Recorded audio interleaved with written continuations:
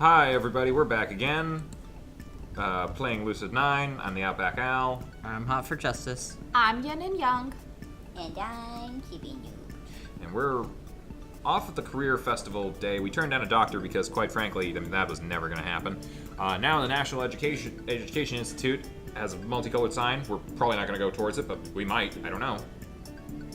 Behind the booth table, a tall woman in glasses is speaking animatedly to a small group of students. Who wants to be this lady? The teacher. I'll do it. Okay. Don't you feel that we have a duty to equip the next generation? In this society, knowledge is power, and we need to ensure that our successors have the power to move forward. My job is the best and the most beneficial, and there are no downsides whatsoever. Yeah, been there, heard it. Don't your students annoy you or tire you out? Well, I've had some ups and downs in my career, of course. The more, difficult students may be perplexing at first, but when you persevere, you always end up getting those students back on the right path. Is that so? Oh, yeah. Teach, what's 5 plus 7? 12. This is high school, Mr. Ikari, not primary school. You should have mastered addition by now. But teach! Excuse me, Mr. Kuragane, smoking is not permitted on campus. Hand those over. No. You ain't the boss of me, kid. Kid, I'm your teacher. You're shorter than me, kid, and that makes you a kid. Wow. Alright, that's it. You're staying after class. You've got detention to serve. Says who? Says you? You couldn't even take on a diseased chicken with one claw tied to its tail. Why is he the troublemaker? That's why...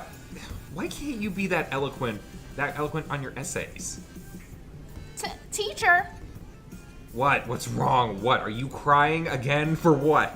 Oh no. Oh, you're angry at me. I'm sorry. I'm so terrible. I can't.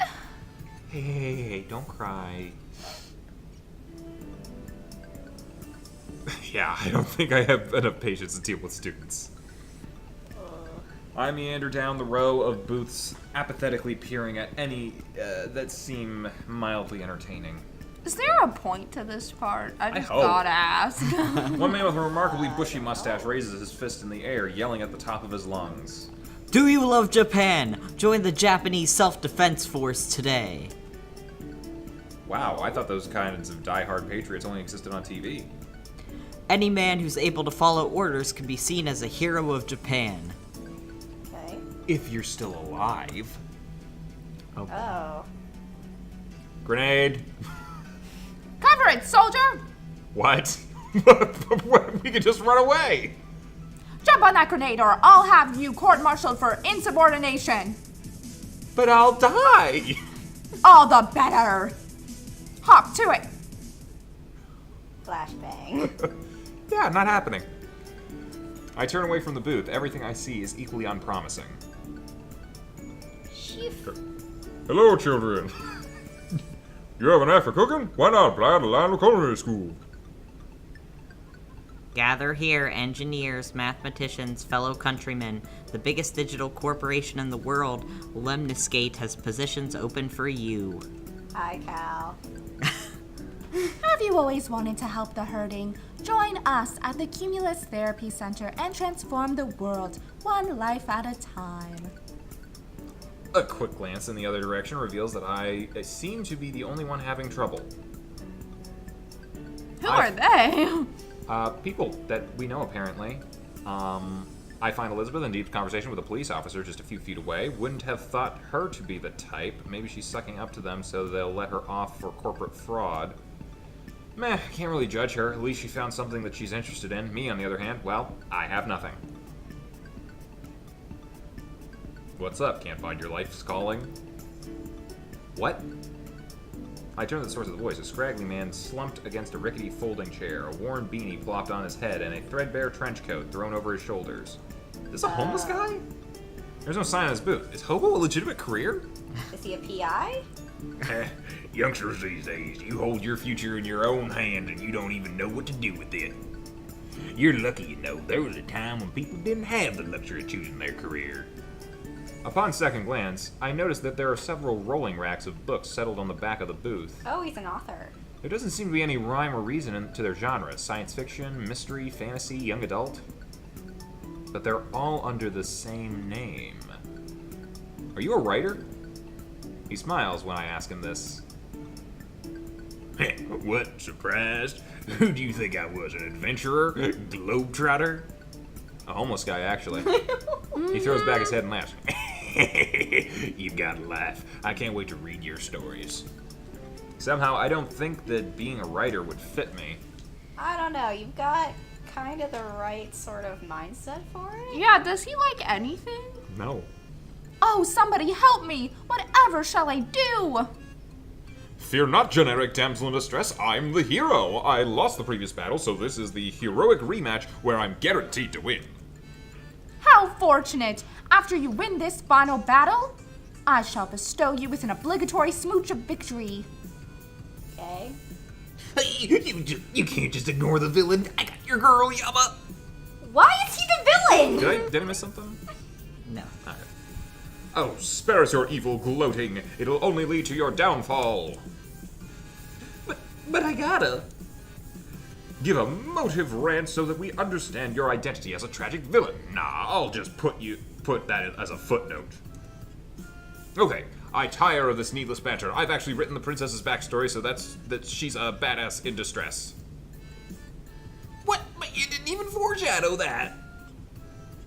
Too bad. I need to move the plot forward. Maybe he doesn't have the mind for this. Hee-yah!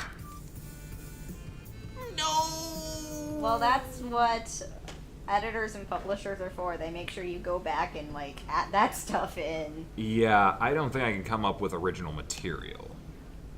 Well, that's why you should just rip off real life, you know? It's a good point. Thanks, but no Yeah. thanks. He shrugs apathetically as I walk away. Who is this? Is it Steins Gate? Man, he got old. A nearby small group of students catches my eye. They're gathered in front of a man in a long, sweeping lab coat. He's mad scientist. It's so cool. Although his voice is placid, there lies an undercurrent of power in every word he says. Life is a fragile thing. Is he the murderer? I don't know. I feel like I say that every time a new character shows up. Is he the murderer? There is an unspeakable number of ways for the human body to fail, and even more for it to be broken. Oh. Death was accepted as an inevitable part of life, a natural stage in the cycle of this world. But it doesn't have to be that way. Oh. The man in the lab coat straightens as the students break into hurried whispers. Through research, we can create medicine that fights diseases and treats disorders, extending our lives exponentially, Oh, okay. and maybe indefinitely. What? So he's a medical researcher. He fixes his gaze on each individual in the crowd, and not in a hostile manner, but certainly in an unnerving one. A day may come when we can defy death. No. His eyes land on me. The intelligent arc of his brow and the commanding line of his jaw shift slightly as he examines me. I feel frozen beneath his piercing gaze. It isn't exactly uncomfortable, just strange. You look like you've got lots of blood. Eventually he turns away, adjusting the golden glasses that are settled on the bridge of his nose. Those aren't golden. Yeah, no. If you seek to make a lasting influence on the world, join us at Way Forward Pharmaceuticals in the research division. Oh. Together, we can accomplish the impossible and prevent the inevitable. The crowd of students break into applause, their faces agape in wonder. I can only scoff. No one can defy death. Anyone who thinks otherwise is just delusional. As I turn away from the Way Forward booth, the PA hums to life. Attention students, Mary and Mary will be speaking at the center stage in 5 minutes. The students around me gasp audibly, breaking into frantic whispers. Mary, you're here in person? Our school's important, you know. Why wouldn't he come? You know. Come on. Let's get a good spot. I follow the massive throng of students gathering around the courtyard center stage. Okay, he looks like a kid who glued on that mustache. Sure enough, Masaru Inori, the ever-popular mayor of Isamu, is in the flesh. He gives the students a cordial wave from behind an impenetrable line of security guards. Who wants to be the mayor? I'll do it. Okay. You know, back in my day, when dinosaurs roamed the earth. This extracts a laugh from the crowd. How? We always ditched career day. We popped over to GFC. You shouldn't have seen before it was renovated. And stuff ourselves on wings. They were only double S's at the time. Shows you how far we've come as a society, eh? Okay. The crowd chuckles again. Among them, I catch the distinct tint of Elizabeth's giggle. As usually, she's eagerly jotting notes on her phone, hanging on to the mayor's every word. The brunette girl, who's always around Elizabeth, is also next to her. Surprisingly, she seems equally engrossed in the speech. And yes, I hated career day. Thought it was a waste of time. Thought that they were restraining me at a time when I wanted to do. Well, all I wanted to do was explore myself, who I was, who I wanted to be. But later, I realized that I was thinking about career day in the wrong way. It wasn't about deciding my future. It was about exploring the possibilities. He allows a moment of thoughtful silence before he continues.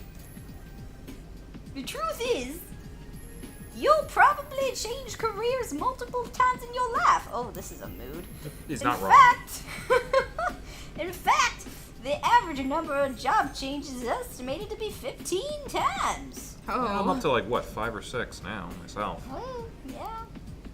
You could be in med school all your life and have experience in construction, woodworking, design, architecture, statistics, engineering, maybe even ostrich babysitting or bicycle fishing. Okay. That's what I'm gonna do. Those last two seem like hobbies. Dream job. Dream job, ostrich babysitting. Now that's reality TV careers. Elizabeth smiles into her hand as the students laugh like a perfectly timed track. But as vast as the future is, you know what you don't want to do. You don't want to be hurt. You don't want to go each day full of insecurities, doubts, fears. You don't want to be lied to, or backstabbed, or treated like a fake. I won't lie to you. It's a nasty world out there. But I think that we all agree that regardless of who we are or where we're from, we each have an important part to play in the safety of this country. So go on and explore. You guys are right. And hey, if you guys are in a better spot than I was, I thought I'd like nothing more than to become an anthropologist. Not that even I knew what that meant at the time. It just sounded cool. Did it?